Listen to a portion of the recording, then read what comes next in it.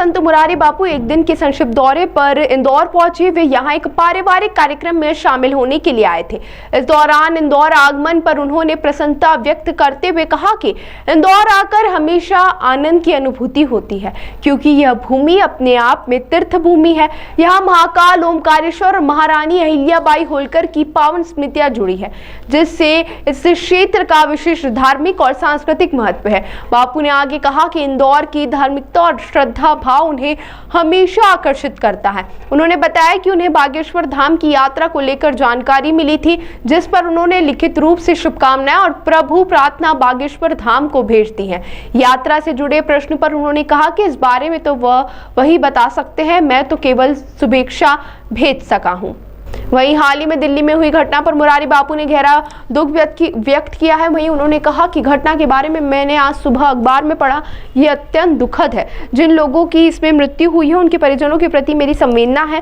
बापू ने कहा कि समाज को बहुत सतर्क और सजग रहना पड़ेगा, क्योंकि कब क्या हो जाए कहा नहीं जा सकता। उन्होंने कहा कि ऐसी घटनाएं मन को पीड़ा देती हैं और सभी को मानवता और शांति के मार्ग पर चलने की प्रेरणा लेनी चाहिए। संक्षिप्त प्रवास के बाद मुरारी बापू देर शाम इंदौर से आगे के लिए रवाना हो गए। मैं अपने पारिवारिक कारण से यहाँ आया हूँ।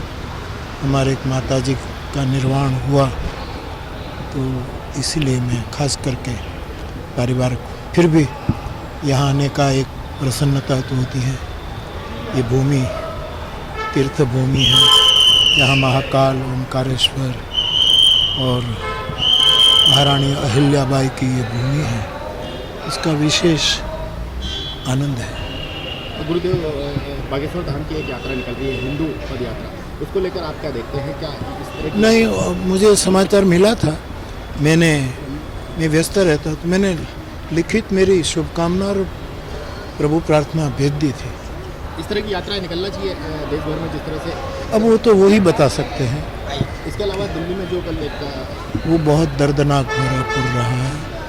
बहुत जो मृतक हुए हैं उसके लिए मेरी श्रद्धांजलि, उसके परिवारजनों के लिए मेरी दिलसोजी, और जो इंजर्ड हैं वो जल्दी स्वस्थ हो जाए। लेकिन भारत बहुत सतर्क रहना पड़ेगा, क्योंकि कब क्या हो पता नहीं लगता। तो ऐसी घटनाएं पीड़ा देती है। जिन लोगों के नाम आ रहे हैं उस पर ना, मैंने तो आज सुबह अखबार में ही पढ़ा, और विगत मेरे पास नहीं है। बहुत बहुत धन्यवाद।